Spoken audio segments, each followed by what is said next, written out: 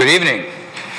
Welcome to the February 25th, 2019 Troy City Council meeting. We are pleased this evening to have Councilman Pennington lead us with the invocation, so please rise for that. And then remain standing. We have a special group that's going to lead us with the pledge. I want to thank all these boys and girls from the Cub Scouts. Glad to have you tonight. Let us pray. Heavenly Father, we thank you for this day. We thank you for the blessed country that we live in. We pray that you guide and protect this city council as we work on the issues that come before us. I pray that you stay with the police and fire department, keep them safe and healthy, and pray that you bless everyone in the city of Troy, especially these young boys and girls and the Cub Scouts. We thank you for all your blessings. In Jesus' name, amen. Amen. And now I'll ask the Cub Scout Troop 1720 from Barnard Elementary School to come forward around the podium and lead us with the Pledge of Allegiance. Wolves over here. Bears right here. Tigers over here. Bears right here. Bears. Bears here. Right up by the microphone. Bears. Turn this way. Turn towards the flag. Ready? Are we ready? Ready. Fingers. Salute. I pledge allegiance to the flag of the United States of America and to the republic for which it stands, one nation, under God, indivisible, with liberty and justice for all. Great job. I'm Miles Goddard, and on TV right now. Walk out. Go right up. Okay, once again, thank you to Cub Scout Pack 1720 from Barnard Elementary School. The parents and the leaders, thank you.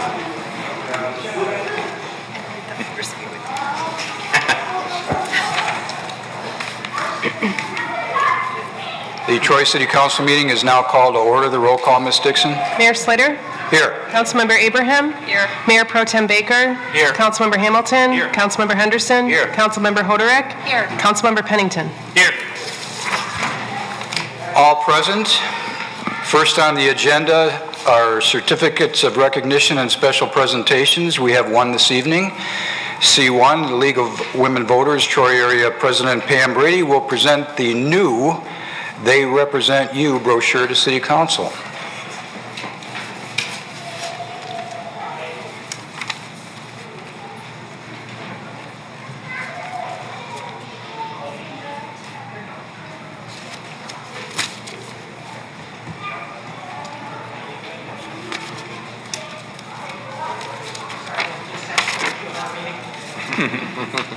No problem. Thank you for coming, Pam. Good evening.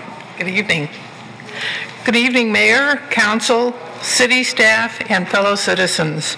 The League of Women Voters for Troy Area is part of a national, nonpartisan organization whose purpose is to promote political responsibility through informed and active participation of citizens in government.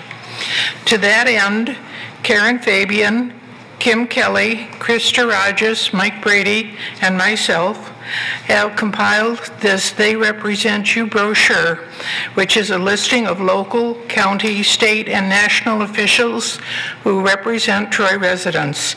It includes who holds what office, their term of office, salaries, phone numbers, and other contact information. We update this at least yearly, and this year there were many changes, over 50 of them, over last year. One of them was taking interim out of Mark Miller's title. We have one for each of the council and staff members. It's a handy little thing to keep in your files. Other They Represent You brochures are available free at the Troy Library, City Clerk's Office, Troy Community Center, and at the Friends of Troy Seniors. Kim replenishes them as they are depleted. They are also obtainable on our website, www.lwvtroyarea.org, and click on TRY. Thank you. Thank you, Pam. Once again, thank you for what you do for our community. Thank you so much. That's very kind. Thank you. Thank you. Coming.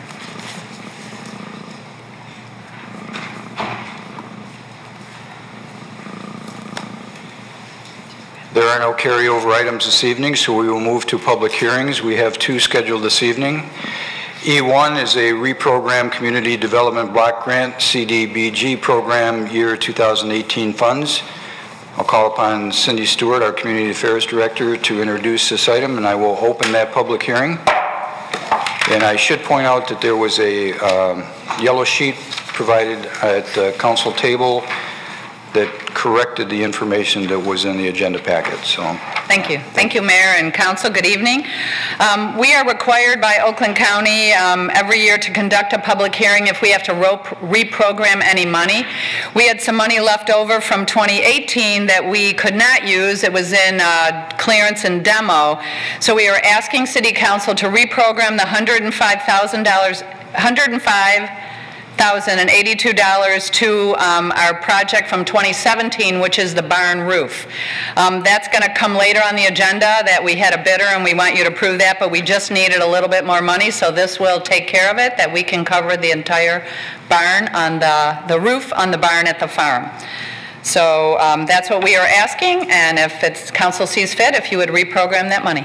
Thank you. thank you. Any questions for Cindy from council? Thank you. Is there anyone in the audience that wishes to speak on this item this evening? Seeing none, I will close this public hearing and return it to the table for resolution. Councilman Pennington. I'd like to move E1, reprogram community develop block grant CDBG program year 2018 funds as printed. Support. Moved by Councilman Pennington and supported by Councilwoman Abraham that we approve E1, the reprogram community development block grant CDBG program year 2018 funds as printed in the agenda packet with the corrections to the yellow sheet. Any discussion? The vote, Ms. Dixon. Mayor Slater? Yes. Councilmember Abraham? Yes. Mayor Pro Tem Baker? Yes. Councilmember Hamilton? Yes. Councilmember Henderson? Yes. Councilmember Hoderick? Yes. Councilmember Pennington? Yes. Motion passes. Be good to get that roof up on the barn. So thanks for thinking of that, Cindy. E2 is a conditional rezoning application, file number CRJPCR 2016-001, a proposed Cooper's Hawk Winery and Restaurant on the north side of Big Beaver between Troy and Frankton, Section 22 from R1E, one family residential, to BB, which is Big Beaver District. I see Brent Savanon, our planning director, ready for the introduction, and let me open that public hearing. Good evening, Brent. Good evening, Mayor Slater, City Council members. Thank you for the introduction. I've got a brief PowerPoint here that will summarize the project. The site is located on the north side of Big Beaver between Troy and Frankton. It is located 2 blocks east of Livernois, and you can see it outlined here in red. This slide shows, it doesn't pick up the red very well here with the light, but it's 6 parcels, and the southernmost parcel stretches from Troy to the east, to Frankton, to the west along the frontage. That parcel is very narrow, and it's already zoned Big Beaver, but there are 5 parcels to the north that are presently zoned R1E, and the applicant is seeking to rezone those 5 parcels to BB Big Beaver. And I should note that all the elements that are shown on the site plan that's in your packet this evening were voluntarily offered by the applicant as a condition of this rezoning, hence the verbiage, conditional rezonings. I know you've seen quite a few of these in the last few years, but that's really said for those in the audience who maybe aren't familiar with what a conditional rezoning is. So the first thing we do when we look at rezonings is consider what the master plan, how the master plan classifies the property, and this is it here in black. And it is classified as Big Beaver. And we're all familiar with what the intent of the Big Beaver Corridor District is. It is to create a world-class boulevard along Big Beaver, and that includes, we do that through build-to lines or very limited building setbacks providing wide pedestrian walkways and site amenities such as planting areas and pedestrian scale lighting. This application involves a property that's very unique. It's got 3 fronts. It's got Troy to the east, Big Beaver to the south, the west, Big Beaver to the south, and Frankton to the west. So it's very challenging to develop the site. So they actually needed 2 variances. The first is they require that the building there's a build-to line of between 10 and 30 feet, which means that the building has to be located between 10 and 30 feet from the right-of-way. And because of the way they wanted to lay the site out with the drop-off area, they were unable to meet that requirement on the east side, on the Troy side. So this distance, instead of being between 10 and 30 feet, is proposed to be 59 feet. Also, as a 1-story building, they're not allowed to have parking between the building and the street, and they proposed parking here between the building and the street. So they needed those 2 variances. They went before the Zoning Board of Appeals in December on the 18th, and they were granted both variances. So that was one of the first steps in the process. I'm trying to categorize the issues that were raised by the neighbors, and before I go further, I want to commend the applicant. I believe that the applicant spoke to every neighbor, listened, presented the project, listened to their input, and incorporated many of their concerns into the site plan. I think he should be commended for that.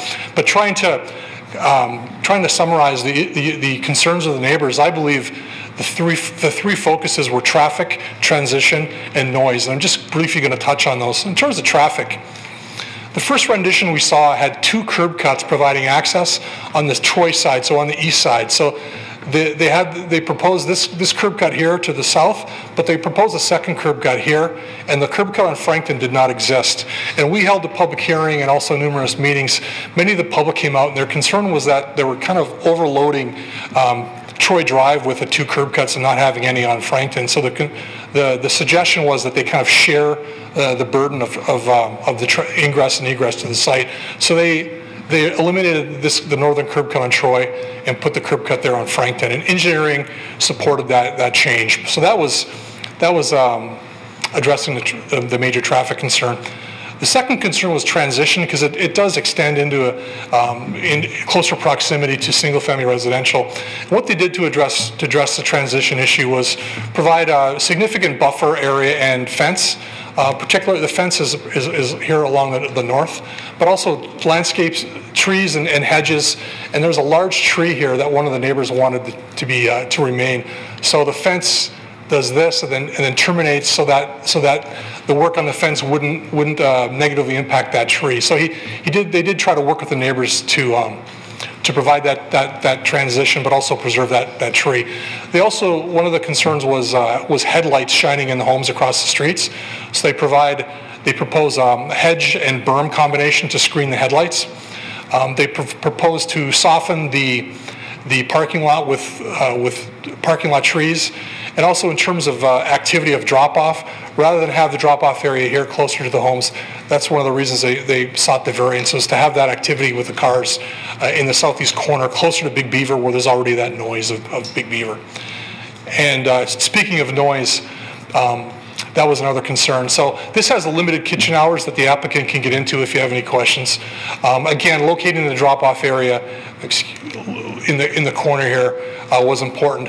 And the patio with outdoor seating, that patio will be between the south side of the building and Big Beaver, where there's already, 40 to 50,000 cars a day, so there's already that noise of the traffic. So that element of the patio is not going to be negatively impacting the single-family residential neighborhood.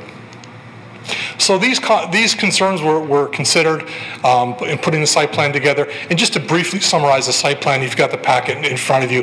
They do propose a 12,000 square foot building for the Cooper's Hawk Winery and Restaurant with 141 parking spaces.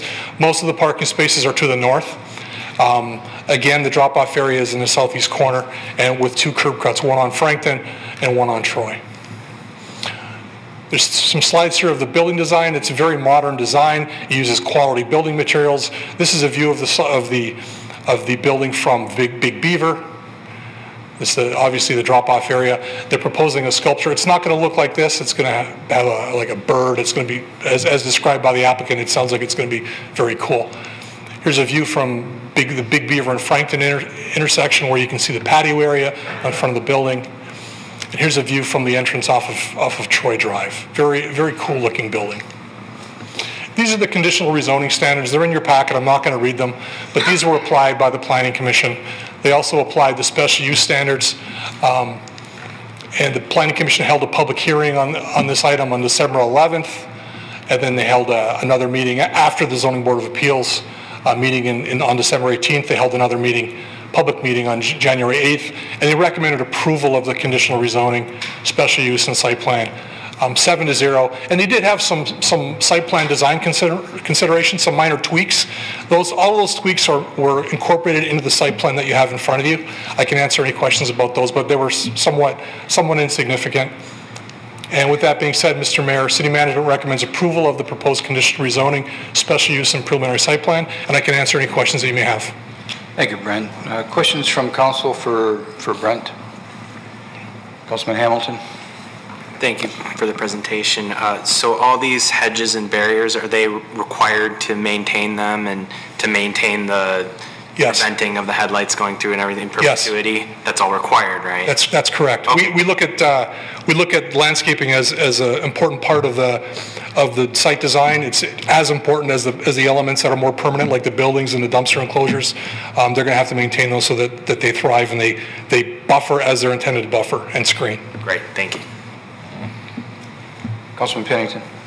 I had a question and a comment. The question would be 12,000 square foot building. It seems large for a restaurant. Is that because of the wine storage, or is that a normal square footage for this type of restaurant? There's some information in your packet comparing some of the newer restaurants along Big Beaver, and it is one of the larger ones.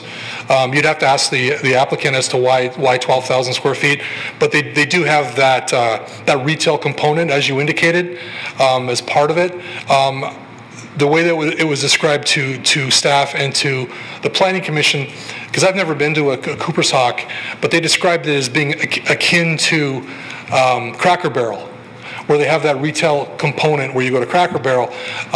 You may go in and eat a meal, then on your way out you buy whatever it is, a candle or whatever that they sell.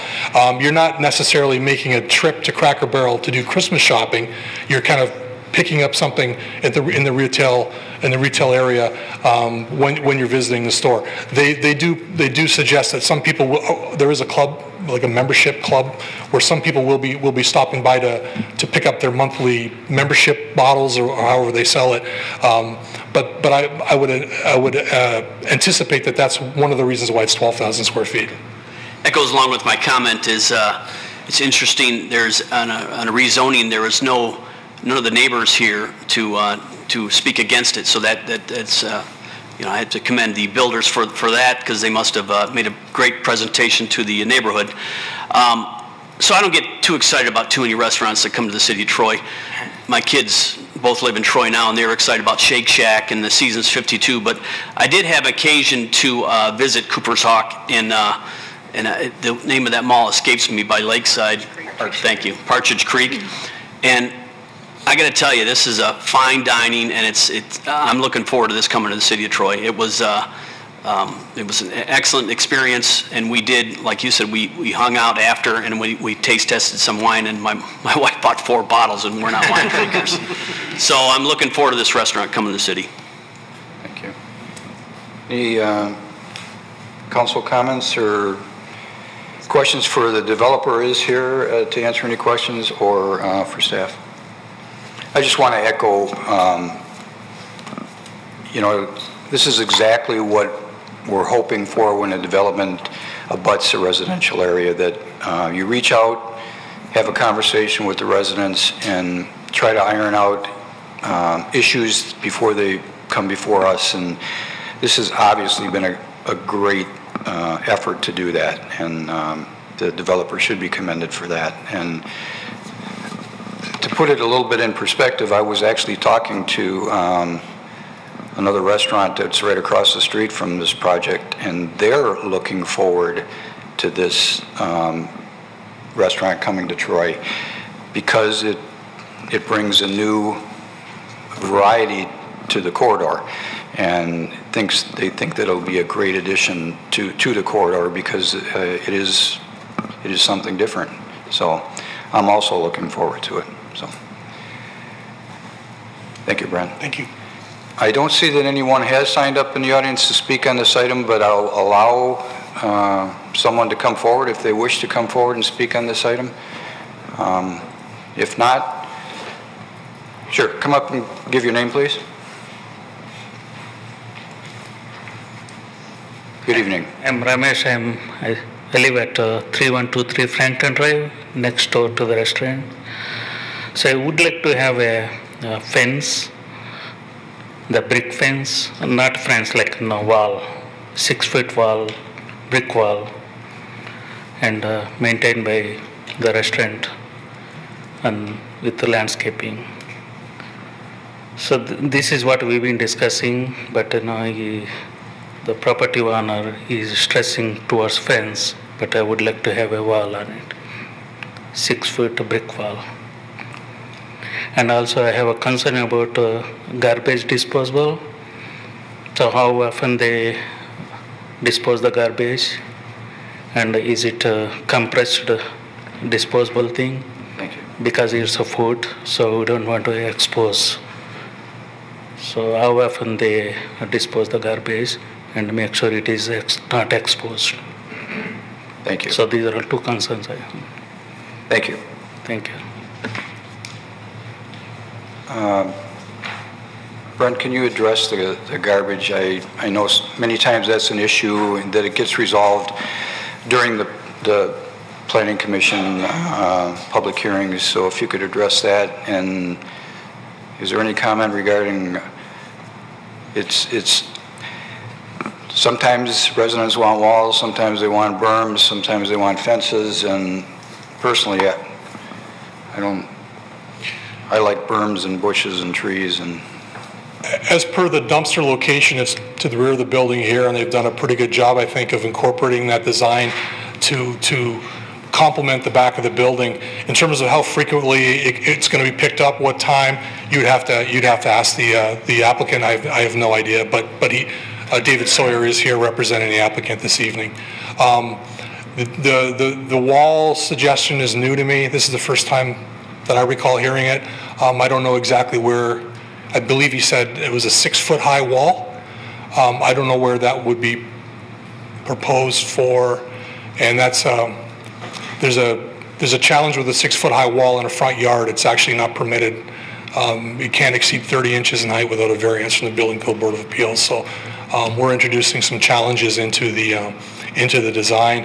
Again, as I indicated, the applicant is willing to put up a combination of berm with coniferous hedges on top of the berm, at least 42 inches to shield headlights, so that there's a good relationship between the restaurant and the residences across the streets. But again, the wall is new information for me. Councilman Henderson. So you just threw a number out there, 46 or 48 inches? 42 inches, I believe. 42 inches? Yeah. So is that the height of the berm, or? Combination of the two at construction. Okay. So what we don't want, Mr. They'll grow anyway and probably exceed. Right. What we didn't want is less than that height and having to wait 2 years for it to grow to shield headlights. The goal is upon construction and inspection, from day one, it will be shielding headlights and not impacting. Eventually will be higher. Correct. 5 feet, 6 feet. As far as the garbage collection, I know that the Planning Commission pays close attention to that to make sure that's shielded from the public, and of course we have ordinances that control when they can be picked up, and when the noise becomes an issue that can be addressed. But I know the Planning Commission really pays attention to that. Our friend Donna Edmonds was on top of that all the time, and I know that I'm confident that that's been addressed. One of the items that we focus on in pre-application meetings, Mr. Mayor, is dumpsters. Yeah. Placement, design, it's very important. Thank you. Any comments or questions from? Thank you. At this point, I will close the public hearing, return it to the table for resolution. Mayor Pro Tem Baker. I'd like to move E2, conditional rezoning application, file number CRJPCR 2016-001, proposed Cooper's Hawk Winery and Restaurant, north side of Big Beaver between Troy and Frankton, section 22, from R1E, one family residential, to BB, Big Beaver District, as printed. Support. Moved by Mayor Pro Tem Baker and supported by Councilwoman Hoderick that we approve E2 as read into the record and printed in the agenda packet. Any further discussion? Councilman Henderson? Maybe we can have Mr. Sawyer come up and address the dumpster situation. Absolutely, if that's... If he's prepared. Good evening. Good evening, Mayor, Council. I'm happy to discuss the project. I'm excited about it. We had a lot of options over the years that I've been working on this project. And we've turned down quite a few people that were interested in the property for the reasons that Councilman Pennington and I think Mr. Slater, did you also say that you had been to Cooper's Hawk? We found this and we thought that this really is a great restaurant for Troy and for the neighborhood. We're conscious of the fact that this is a site that is very close to residences, and we wanted to accommodate that. And we thought that this is a good restaurant for that purpose. It's family friendly. It's not really high end like every other restaurant. Well, not every other restaurant, but a number of the restaurants we have in Troy. This is more reasonably priced. You know, I think the average meal price is like averaging under $27 at Cooper's Hawk. It is a Napa-style tasting room and winery is what the concept is called. So they buy grape and they also grow grape and they produce their own wines. So it has a tasting room when you come into the restaurant along with a retail component and a wine club that goes along with it. It's a great, I've been to a number of them. When they came along, I took a trip to Orlando. My kids were very happy to go to Orlando to go to a restaurant because it meant a stop at Disney. But we went to two of them in Orlando. I've subsequently been to the one in Indiana and the one here at Partridge Creek. And I'm impressed. I've had a number of different meals and it's a big menu and I think it'll be great for the city of Troy. Its hours were also something that I like to see. It's not a bar type of a place. The kitchen closes at 9:30 Monday through Thursday, and the bar and everything else shuts down an hour after that, so 10:30. The Friday and Saturday, the kitchen closes at 10:30, and so an hour after that, everyone's pretty much cleared out. And Sundays is 9 o'clock. So I felt that, as the options that are out there, that was pretty good hours for this neighborhood and this type of place. Is just, it's not really a bar. It's a place you come to eat. It does have a bar, but it's not a place where people are going to be staying late. There's plenty of places like that in Troy, and this isn't one of them, and it's not the right site for such a place. So for that reason, we turned down some other options that I didn't think were going to fly, and I didn't think were great for Troy. I mean, I grew up here in Troy. I practiced law here in Troy for 20 years, and my office is a 3-wood from here. So Troy matters to me, and it matters to my partners in this project. Ann Sobey, her father, Joel Garrett, was a developer here in Troy for many years, and some of you might have known him. And he and my father started acquiring this property back in the early 1980s. So we've done a lot to try and reach out to the neighbors, and I appreciate Mr. Savinant praising me for that. I personally went and knocked on every door on the list within 300 feet of the neighborhood. And if you didn't answer, I came back again, and I spoke to darn near everyone. I think some people just never answer their door for strangers, and I get it.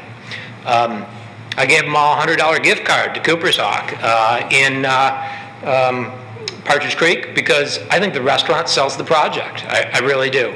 So hopefully they went out and enjoyed it. And I really didn't get any real opposition to the project. I got some concerns from a few of the neighbors. 2 of them are here tonight, and we got a good relationship. These are the gentlemen who live directly to the north, and then there are some people who are on the other side on Troy Street where the exit was, who expressed some concerns about that exit, the northernmost exit. So I told them if we can get it moved to the other side, we're happy to do that. If it works for the city, it works for me. If it doesn't, I'll plant trees in your front yard. I'll do whatever I need to do to try and satisfy you reasonably. Turns out that the city was amenable to moving that exit over onto Franklin Street. I think it's a better location for a number of reasons. So we moved it over onto Franklin Street. In fact, the properties directly over on Franklin Street right there are one's abandoned and one's probably gonna be. So those are gonna be developed if you all will approve them.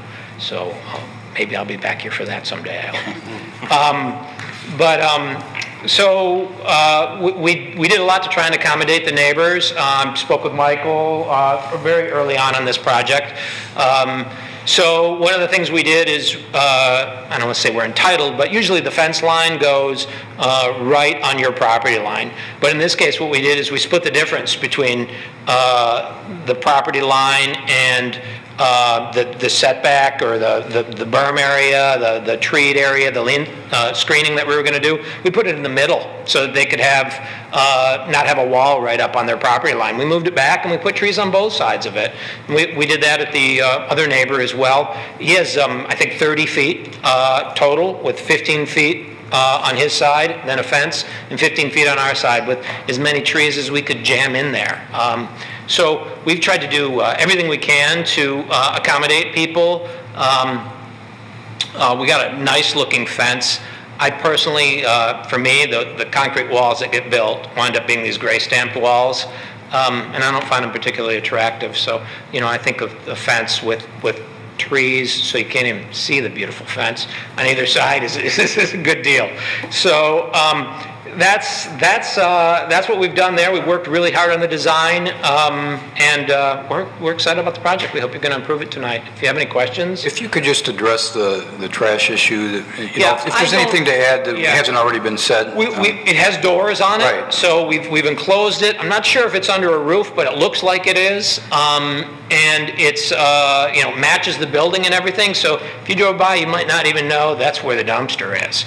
The door to the kitchen goes through that corral area where the dumpster is, so no one's going to be carrying garbage out and dragging it through the parking lot and put it up there. We did a lot of thought and put a lot of thought into this in the design. As far as when the garbage is going to be picked up, I can't tell you that. I don't know. I mean, my tenant's going to have to make arrangements with whoever they try to use for that. I can tell you this much: they want to be good neighbors as much as I want to be good neighbors. So if it's getting picked up at a time that's a problem for the neighbors, they're gonna arrange for some other time for the garbage to be picked up. That's all there is to it. If it's a noise problem, if they don't do that, I'm gonna tell them they better. And if it's a noise violation, well, the city's gonna tell them they better. So businesses produce garbage, and I can't promise you when it's gonna get picked up, but I promise you if it's a problem, I'm gonna do everything I can to address it. Great, thank you. Any other questions from Council? Mayor Pro Tem Baker? It's more of a comment. I again, to echo, and forgive me for sounding like this, but just to thank you for the work you did in the neighborhood. We have a lot of projects that come before us where there's a lot of angry residents out in the galley, and to have a couple people here and expressing some concerns that we're addressing and you're addressing, I think really says something about the quality of the work you've done in preparation for this. You've mentioned it's been a project, and I know the other Mr. Sawyer's here as well, been in the works for a long, long time trying to find the right thing, but obviously you've done your homework with the neighborhood and worked really hard, and I really appreciate that, and I know a lot of residents do too. And when I hear that there was a neighbor that wanted to maintain one specific tree, and that tree will stay, and the change was made for the fence, I mean, that's phenomenal work in our community, I think. So thank you. Thank you for that. And this isn't necessarily related to you, but if I could just, for a second, we also are always cautious about rezoning projects in general, and we tend to get comments after the fact. But this particular one, I will say, I'm comfortable with it. It conforms to the master plan to make it the Big Beaver District. It's not an issue of rezoning any kind of environmentally protected area. This is property that's been waiting to be developed for a long, long time. And again, it conforms with the master plan, which to me makes a lot of sense. And combine that with responsible landowners and a good project, I think it's a good thing for our city. So I'm very happy to support it tonight. Thank you. Thank Thank you. Any other comments or questions? Councilwoman Hoderick? I just want to comment for folks that are watching that this is a process that I tend to repeat myself, so pardon this, but for those just tuning in for the first time, maybe living in the neighborhood behind there, you saw us see this presentation here. That's not the only thing we're going on. I personally have been following when you met with Planning Commission and watched the discussions. I've gone and stood on the property, looked at where the neighbors are. We get a thick packet with details. So when you see us vote up here, it's not on nothing against you, Mr. Savedant. You do a great presentation, but it's really a culmination point when we get to this table. I did watch the interaction and the careful work of Planning Commission, and I can tell that you've really worked with residents. I'm inclined to be of the same mind that you are on the brick wall. I heard a resident speak up about that, and I'm not discounting you, but based on other projects and what I've been seeing and the use of green and berms, I really believe that's going to be what fits the project and what is consistent with the conversation I've saw at Planning Commission and with other residents. So I don't want you to think you're being ignored capriciously. But I hear you on the aesthetics. I think that's what's going to fit the neighborhood and your project. Thank you for the time you spent, and residents interested in looking at the background that we see just in the agenda packet alone. It is all included in the agenda packet online, and I just want folks to have faith that we do look at this in detail and appreciate the detail and the thought you put into it. Thank you. Thank you. Any other comments or questions from council? Thank you. Thank you. Thank you. Mr. Savedant? Yes, Mr. Mayor, thank you. I misunderstood the comments by the resident. I thought the resident was proposing a screen wall in place of the berm and the landscaping, and clearly I misunderstood his comment. What he was proposing was replacing the proposed fence with the wall, so I apologize to the resident. The Planning Commission, the fence is what was voluntarily offered by the developer. It was discussed at length by the Planning Commission, and that is what has been offered as part of this project. Thank you. Thank you. Thank you. Thank you for all the comments, and thank you for the presentation. The vote, Ms. Dixon. Councilmember Abraham? Yes. Mayor Pro Tem Baker? Yes. Councilmember Hamilton? Yes. Councilmember Henderson? Yes. Councilmember Hoderick? Yes. Councilmember Pennington? Yes. Mayor Slater? Yes. Motion is approved. Thank you. Thank you. We look forward to it. That concludes the public hearings that are scheduled for this evening. I don't see that anyone has signed up for public comment on items on the agenda from Troy residents and businesses. Therefore, there's no need for City Council or City Administration response. There are no postponed items, so we will move to regular business. I-1A, there are no mayoral appointments this evening.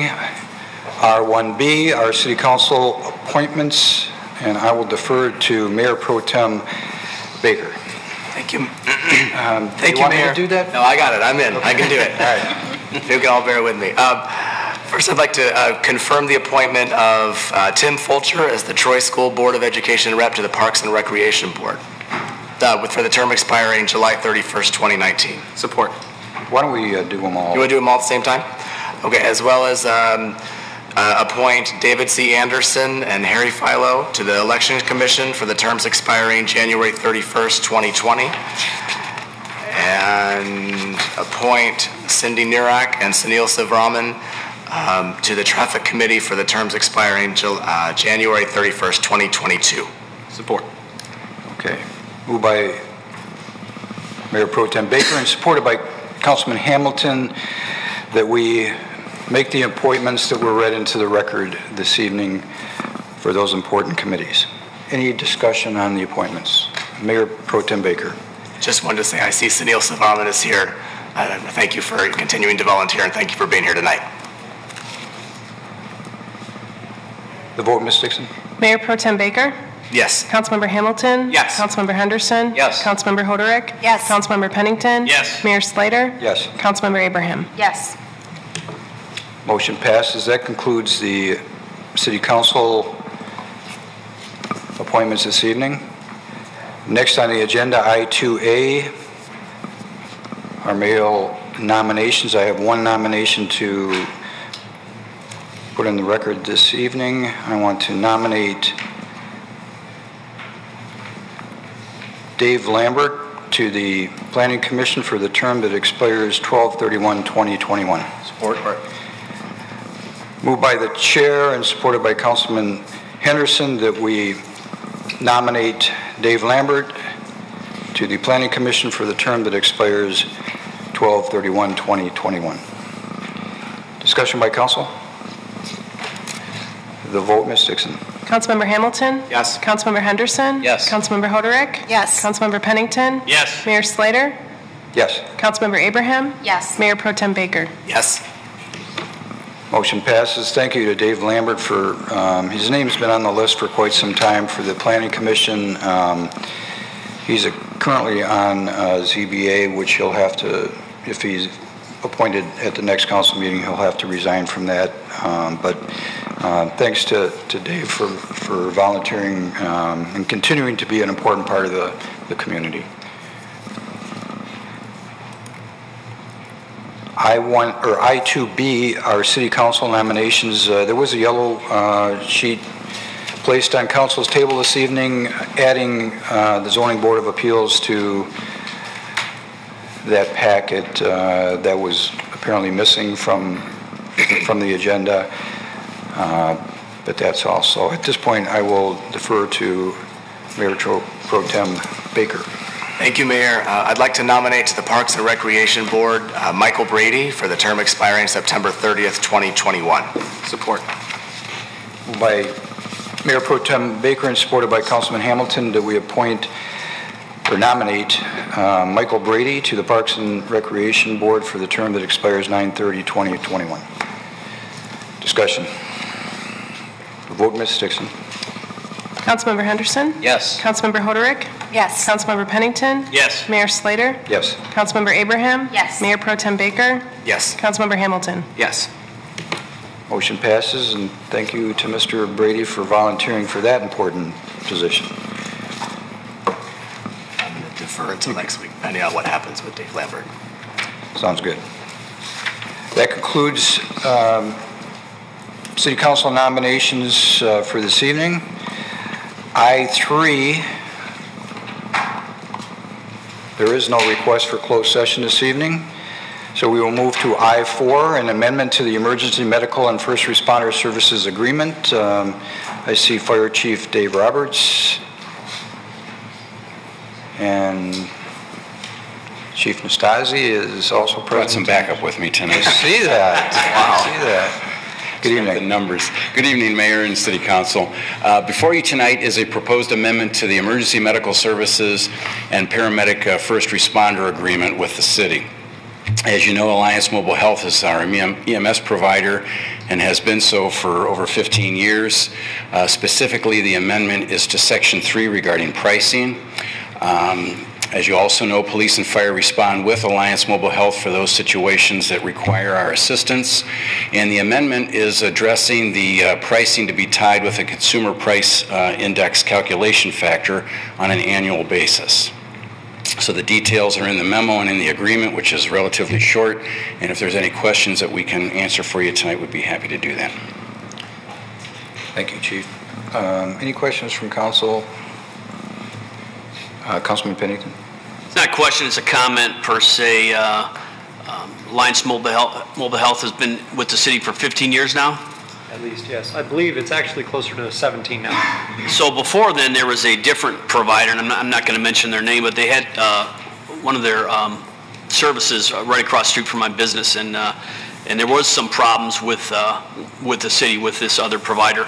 And since Alliance has been with the city, it's been a great partnership for both of us, and I just want to commend them and thank you for being part of the team. Thank you. Any other comments from council? Questions? So basically, this is just a cost of living increase, basically, that makes sense to us all. We understand that. Yes. You know, And the contract stipulates that the Alliance can request a price increase annually. Last year, they did not request a price increase, and now we're tying it to not only the Consumer Price Index, but also making it an annual adjustment as opposed to them having to request it formally every year. Understood. I know the answer to this, but police and fire departments recommend continuing the services. Absolutely do. Thank you. Thank you. Any other questions or comments? Councilman Pennington? I'd like to move I-4, the amendment to Emergency Medical and First Responder Services Agreement, as printed. Support.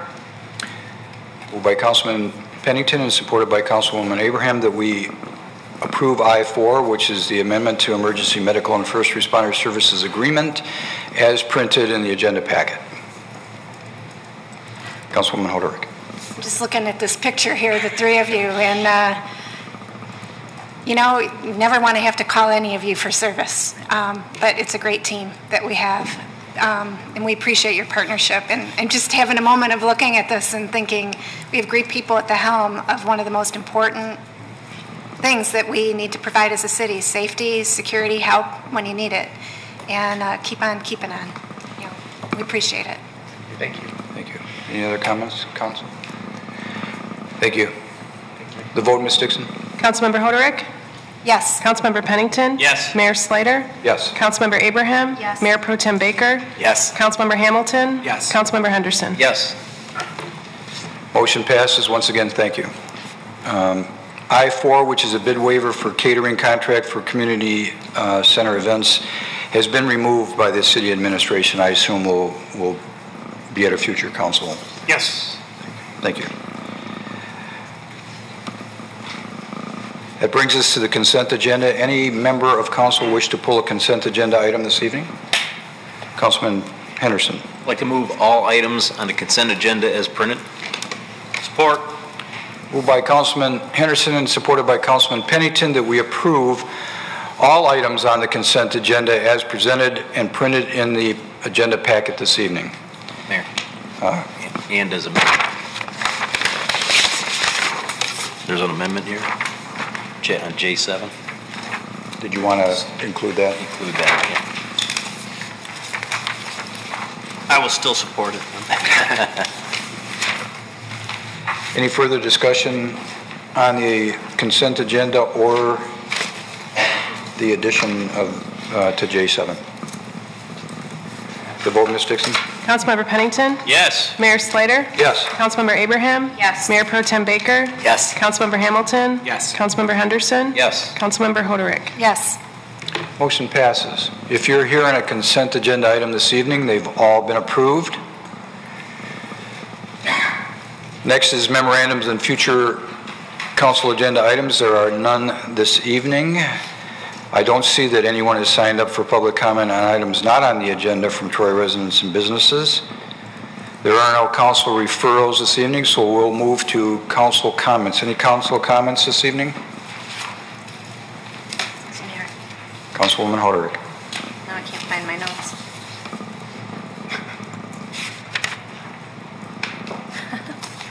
I wanted to mention Troy Restaurant Week is coming up, the Troy Chambers Restaurant Week. I think it's the dates I had written down in front of me, and now I've misplaced my notes. Oh, here it is. March 10th through 15th. 23 restaurants are participating. And the Taste of Troy is also, for the Boys and Girls Club, is also this Sunday. So it's a really wonderful fundraiser. So between the two events, it's a chance to really check out what our fabulous restaurants in the area have to offer. You can get tickets online for the Taste of Troy, and TroyRestaurantWeek.com is a place to check out. So you can plan eating. I would love to eat dinner out every single night that week for Restaurant Week. And we appreciate these businesses and restaurants being part of the character and flavor of, pun intended, of our community. It's really a great thing. It's the second pun I've done tonight, sorry. Okay. You took my comments, so I'm done. Sorry, Mayor Pro Tem Baker. Thank you, Mayor. This is a little, I happened to speak to Blake Dennard, who's the owner of our Chick-fil-A here in Troy, and he asked me some questions, and I believe he's actually talked to somebody in the planning, perhaps Mr. Savadon. Chick-fil-A wants to expand in Troy, and their corporate ownership wants them to expand on Big Beaver, but wants them to have a drive-through. And I know our zoning ordinance doesn't allow for an additional drive-through in the Big Beaver district, but I guess I was looking for a little information, if possible, from city administration, if council would be interested in hearing, as to whether or not that's still the right course for some issues. I know there are 3 drive-throughs of food restaurants already in that district that exist, and I was asked why they can exist but a new one can't. And I know that there's been a lot of talk about previous development projects potentially doing something there, and I'm wondering if we could get some kind of information, a memo with maybe a little, I don't know, some thoughts on that. I'd welcome any other council comments as well, just to hear what everybody else is thinking. I'm not sure that a change is the right thing, but I'm not so sure a change isn't the right thing either. And if that's the case, how it could be done in a way that would, we obviously don't want drive-thrus up and down Big Beaver everywhere, but if there's a way that something could be done that would allow for limited introduction in the right properties, or if something could be crafted, that's where my mind is. Maybe nobody else is thinking something like that, but I know I've had other conversations with some of you at the time about that issue, and when Blake actually asked me directly and is trying to bring another Chick-fil-A here, I thought it's a perfect opportunity to bring it up in public and to actually have that conversation if possible. So I don't know if I need to seek consensus to get somebody to provide some additional information. I think we would need consensus to direct the city manager to give us the information. I don't have any problem. I think I know the answer, but certainly I think I see enough nods that if City Manager Miller could just explain the process and the regulations that govern the Big Beaver, the DDA, basically, for drive-through. Mayor, I was more looking to do a report. Right. Do some research, because it goes back to the master plan also. I know, I understand. Okay. But it's up to this city council by majority to change things if there's a good reason to change things. So, Councilman Pennington? I got to tell you, we mentioned Chick-fil-A. That was another restaurant that my kids were really excited about coming to Troy. But every time I went there was a line, like early on, the line was like half an hour, 45 minutes long. So if they were to be on Big Beaver, you'd have to have a huge parking lot because it would be backed out on 16, they'd be backed out on Big Beaver. I mean, they'd have to have a huge area for, if it was a drive-through. Well, personally, I don't think it should be a Chick-fil-A issue. It should be an issue to take a look at what the current zoning is and look and see if there are options out there that could be explored. But I would hesitate to say it's a Chick-fil-A issue at this point. But I look forward to get the report. Mayor I just want to say, I said Chick-fil-A only in full disclosure because he did reach out to me. Obviously, we're not looking to do anything for a specific owner or restaurant or developer of any kind. It would be a broad project, but I just used that as an example because he asked, so just to be clear. Understood. Councilman Henderson? On the same topic, I guess I would like to see in that report some clarity as to how we have Tim Hortons drive-thrus and McDonald's and Burger King in one section of Big Beaver and then not have them in others. So, is there a line where we wouldn't want to put one next to Eddie V's? Or, I mean, what's the thought process? I would like to see that scope in the report. I think it's well explained, and I think it's just a matter of getting the report done, but it's well explained. Yeah. Councilman Hamilton? Thank you, Mayor. Just a public service announcement that the I-75 construction is starting soon. What's the exact, isn't it this week? Or, yes. It is this week. Where is it going to start exactly this week so Troy residents are ready for it? For the whole thing? I don't know off the top of my head. Okay, I apologize. I know that some of the Big Beaver ramps are going to be closed temporarily also. Okay. You can check our website and social media. We do have that out there. Yep, I was driving down it, bumping around. It needs it, but it's going to be a long journey. But you know, until it happens on I-75, I take it with a grain of salt, because this, you know, the situation is a build design, and everything is being done on the fly. There are a lot of orange barrels already at Granite City coming this way. So. Right. Well, and that's because they've been doing work on the sewers, which is all part of the investigation in the design process. I don't know if you noticed out in front of City Hall, there's been the vac truck and camera trucks. They're doing the same thing at 14 Mile and I-75. Yeah. But I think that's a good point, that it's our intent to keep up to date on our website. It's our intent to keep up to date with the information that we're going to be supplying. So please go to the website and social media through the city, because we're going to make sure that that's current and up to date. But it's pretty obvious that the project they're doing the preliminaries today. So, Councilwoman Abraham. Thank you, Mayor. For those who are watching right now, but may have been driving home from work or having dinner with their family, at 6 o'clock today, we had a study session with the Green Space Committee. Recommendations as the topic of that study session, and I really encourage residents that have an opinion about green space usage and what we could do or what the possibilities are to watch that. Probably already on the city's YouTube website right now, but it was a very productive session. The Green Space Subcommittee did a fantastic job at looking at the stock of open space that is available now, who owns it, what we could do with it, what other cities do in terms of open space. The report is on the city's website. I encourage everyone to read that, watch the study session, and really continue to stay engaged and provide feedback, because we are hearing you, we understand its importance to the community, and this was a great next step in continuing that conversation. Very good. Any other comments from council? Reports are next. Any comments from council regarding the reports? Councilman Henderson? Yeah, I just noticed one in here to Kurt Bovenseep from Randy Engel, a citizen, regarding the great work the city plows did during the last storm. And this has been kind of an unusual year. I'm sure Kurt will attest to this, that, you know, we had slush on top of snow, on top of freezing, then thawing, and it's just been, I'm sure, just a real unusual set of circumstances that your team has had to deal with, and kudos. We got a letter of complaint last week or the week before, and then followed up by the same individual 3 or 4 days later on what a great job you guys did. So it's awful tough to manhandle all that and to keep your arms around what the weather is going to provide us. And my congratulations as well. Nice job. Councilman Pennington.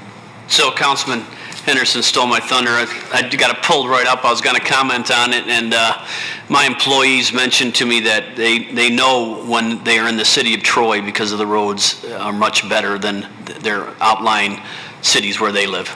And I want to congratulate Kurt and his team on a job well done. So far. Yeah, I think it's one of those things that you know, you could get a complaint tomorrow, you know, but the great thing about these, you know, if you want to try and look for a good thing about these kind of storms, is it builds experience, and it builds, you know, several times when I was reading a note from Kurt to City Manager Miller, based on my experience, we're going to do this, and based on my experience, we're going to do that. So, you know, anybody can plow, you know, fluffy snow. But, you know, when you have a difficult task is really when somebody steps up, and we see that consistently. So I'll echo that. Well, I plow, and I take a little offense that not anybody can plow, unless you want to knock off mirrors and bumpers. And yeah, I think you're a better plower today because of the experience that you have. Yes, that's true. That's true. Okay, I don't see that anyone has signed up for comments on items on or not on the agenda from members outside of the City of Troy. We have no closed session this evening, so thank you for coming. We are adjourned.